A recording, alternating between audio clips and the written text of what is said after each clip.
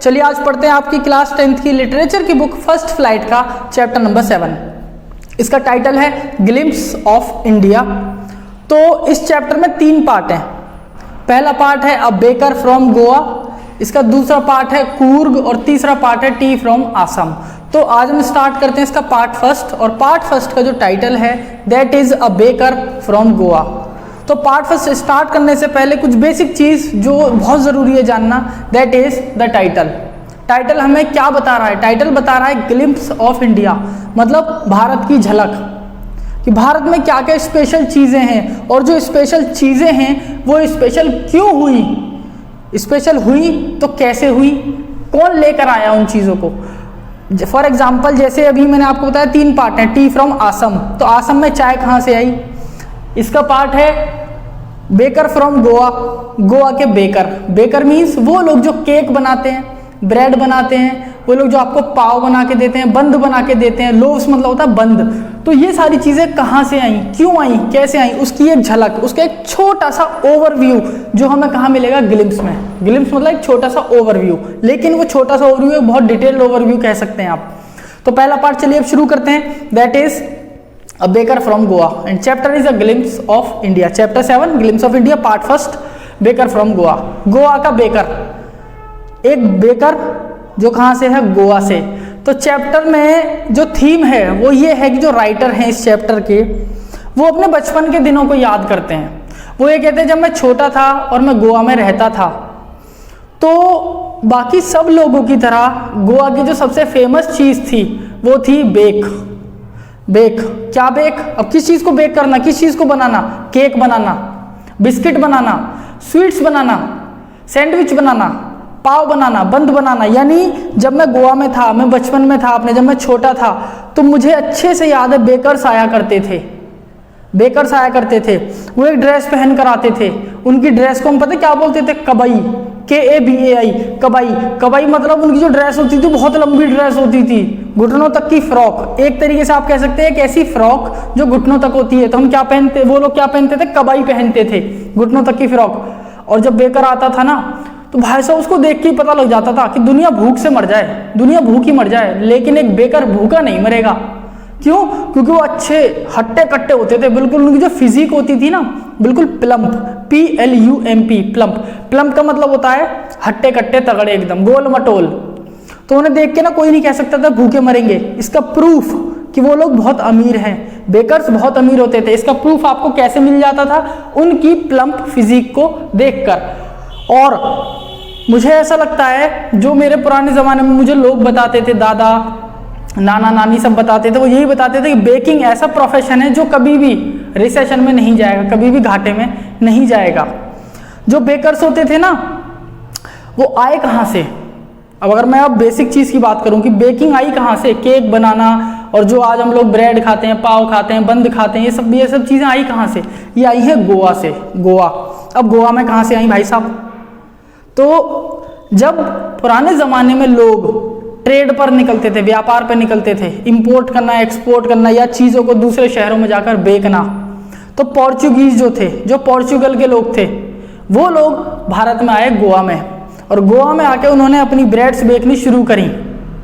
जब उन्होंने अपनी ब्रेड बेचनी शुरू करी तो उसको ये लोग कहते थे लोव्स, LOAVES, LOAVES। लोव्स होती है छोटे छोटे बंद, जिसको आप पापे भी कहते हैं, जिसको आप बंद भी कहते हैं, छोटे छोटे बंद, छोटे छोटे बिस्किट के पीसेस, छोटे छोटे पाई, छोटे छोटे केक, उनके टुकड़े ये लोग बेचते थे।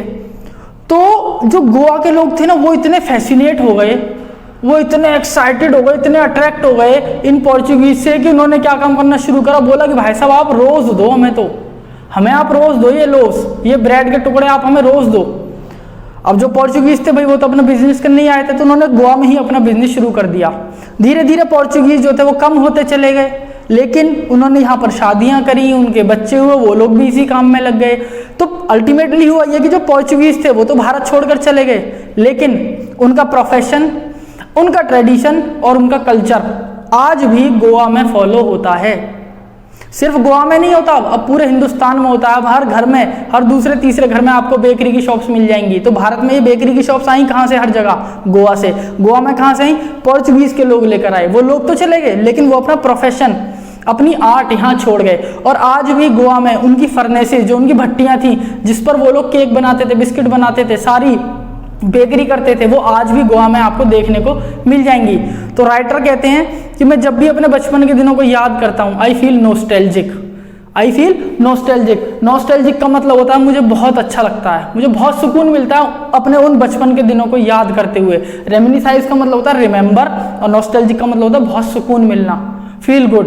तो वो फील गुड वाला फैक्टर अभी भी आ जाता है। जब मैं बड़ा हो गया हूँ, मैं नौकरी कर रहा हूँ बढ़िया जगह, लेकिन जब भी मैं अपने बचपन के दिनों को याद करता हूँ, गोवा वालों को, कि जब हमारे पास बेकर आता था तब क्या होता था, तो मैं बहुत अच्छा महसूस करता हूँ। वो कहते हैं अब चलो मैं आपको बताता हूँ होता क्या था। तो जब बेकर्स आते थे ना, तो बेकर कबाई पहन के आते थे। कबाई मैंने अभी आपको बताया एक लंबी सी फ्रॉक पहन कर आते थे। और बेकर ना अपने सर पर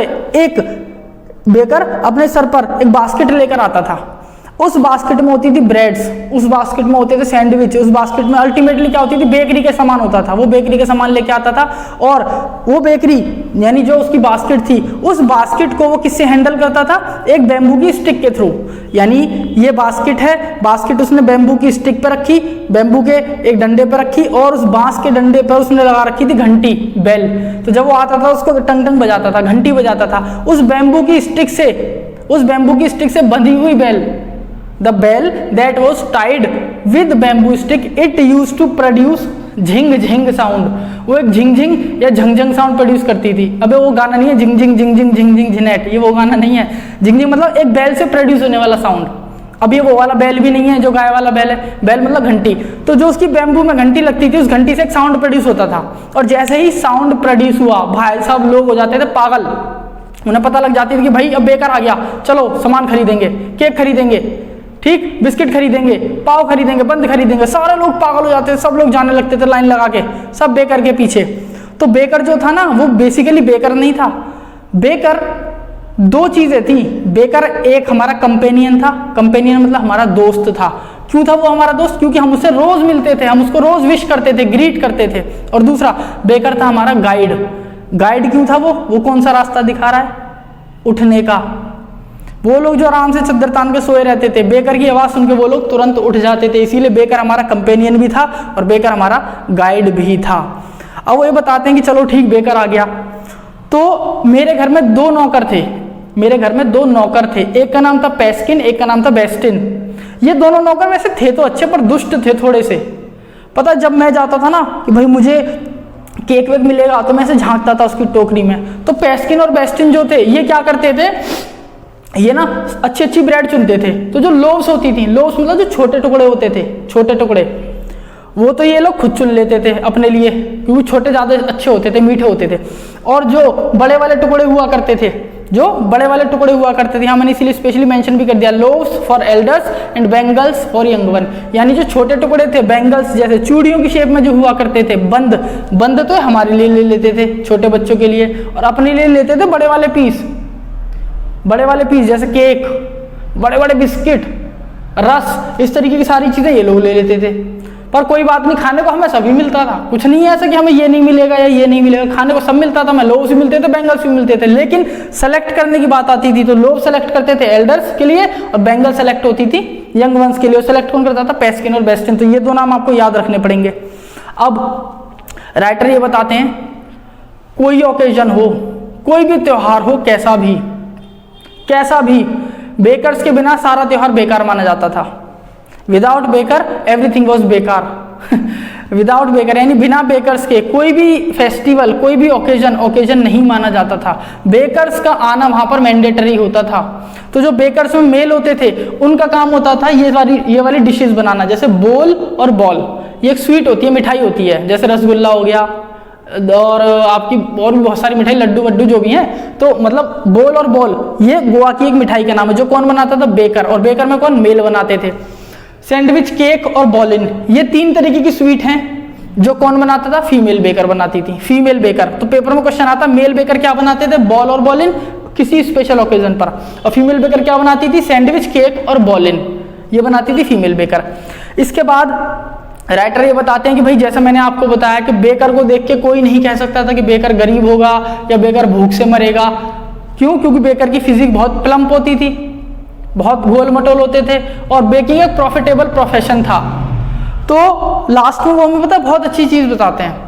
राइटर ये कहते हैं कि जब भी मैं अपने बचपन के दिनों को याद करता हूँ मुझे बहुत अच्छा लगता है, और मुझे आज भी अच्छे से याद है कि कई बार तो ऐसा होता था कि जो बेकर्स होते थे उनसे हमारा उधार चलता था, हम उनको महीने तक पैसा नहीं देते थे। जैसे आजकल होता है ना, हम ट्यूशन पढ़ने जाते हैं, कोचिंग पढ़ने जाते हैं, राशन लेते हैं, तो भैया सामान ले लिया, इनके खाते में लिख देना। तो इसी तरीके से bakers used to have a card, उनके पास भी एक तरीका होता था। वो क्या करते थे, मान लो हमने कुछ सामान लिया, मंथली बिल बेकर्स कहाँ लिखते थे, दीवार पर। दीवार पर वो लिख के चले जाते थे कि भाई इस तारीख को इतना लिया इसने, इस तारीख को इतना लिया, और end of the month they used to give us the bill, महीने के एंड में वो हमें बिल देकर जाते थे। तो दोस्तों जितनी भी काम की चीज़ें थी वो बेसिकली मैंने आपको मेंशन कर दी और बहुत कोशिश करी अच्छे तरीके से समझाने की। अब एक लास्ट चीज़ है छोटी सी, तो इसमें ये बताते हैं राइटर कि मैं जब याद करता हूँ ना बचपन के दिन, तो मुझे एक चीज़ और याद आती है। मैं जब भागता था ना, और मैं क्या, मेरे साथ के जितने छोटे छोटे बच्चे भागते थे बेकर्स के पीछे, तो घर वाले कहते थे अरे भैया ओ मंजन तो कर ले, ब्रश तो कर ले दांतों को, कहाँ भाग रहा है, कुल्ला तो कर ले, हाथ मुंह तो धो ले। तो पता है सारे बच्चे क्या कहते थे, टाइगर्स नेवर ब्रश, शेर कभी मुंह नहीं धोता, शेर कभी ब्रश नहीं करता। तो ये बात कौन कहता है, ये बच्चे कहते थे। अब कुछ टाइम बाद बेकर भी कहने लगे अरे बहन जी बच्चे ब्रश नहीं करते, रहने दो, आने दो, इन्हें लेने दो। तो दोस्तों ये चैप्टर की पूरी समरी विद डिटेल, जितने काम के वर्ड्स थे जैसे रेमिनिसाइज हुआ, आपका नॉस्टैल्जिक हुआ, पेडर्स, पेडर मतलब बेकर ही होता है, बेकर का दूसरा नाम था पेडर, पेडर हुआ, साउंड कहाँ से प्रोड्यूस होता था, बैम्बू स्टिक से। बेकर कितनी बार आता था, दिन में एक बार आता था, अपना हिसाब कहाँ लिखता था, दीवार पे लिखता था। इनके नौकर कौन थे राइटर के, पेस्किन और बेस्टिन। बड़ों के लिए क्या चुनी जाती थी, बड़ों के लिए लोव्स चुनी जाती थी, छोटों के लिए बेंगल्स चुनी जाती थी। बेकर जो थे वो कभी भूखे नहीं मरे। इसका प्रूफ क्या था, उनकी प्लम्प फिजिक। प्रूफ का दूसरा वर्ड जो पेपर में आता है that is testimony. Testimony, testimony का हिंदी मतलब होता है दस्तावेज, यानी एविडेंस, प्रूफ, एविडेंस। अब वो ये पूछते हैं कि बेकिंग प्रॉफिटेबल प्रोफेशन कैसे था, तो आप इसका आंसर लिख सकते हैं उनकी प्लम्प फिजिक की वजह से, और कोई भी बेकर कभी भूखा नहीं मरा, उनका काम हमेशा चलता रहा। नॉर्मल डेज में तो चलता ही था और ओकेजन में भी उनका काम चलता रहा। नेक्स्ट क्वेश्चन, बेकर जो थे वो कैसे कंपेनियन थे और कैसे गाइड थे, वो दोनों काम कैसे करते थे, वो दोनों चीजें कैसे थे। बेकर जो थे कंपेनियन और गाइड कैसे थे, कंपेनियन वो इसीलिए थे क्योंकि वो रोज मिलते थे उन बच्चों से और लोगों से, तो वो उनके दोस्त बन गए। और नेक्स्ट वो गाइड कैसे बने, क्योंकि वो लोगों को उठाते थे, अलार्म बन गए थे वो लोगों के लिए। Last but not the least की जो बेकिंग का जो प्रोफेशन है ये भारत में आया कैसे, ये आया गोवा में। गोवा में कहाँ से आया, वो लोग जो पोर्चुगीज में रहते थे वो इसको लेकर आए। ओरिजिन कहाँ से है इसका, पोर्चुगीज से। पोर्चुगीज के लोगों को यहाँ पर ऐसा लगा कि हम केक बनाते हैं, बिस्किट बनाते हैं, उन्होंने बनाया, और जो गोवा के लोग थे उन्हें बहुत पसंद आया। इसीलिए पोर्चुगीज के लोगों के जाने के बाद भी आज तक लोग वहाँ पर उनकी भट्टियाँ, फर्नेसेस, उनके ट्रेडिशन को, उनके कल्चर को फॉलो कर रहे हैं, और वही नहीं पूरा भारत कर रहा है।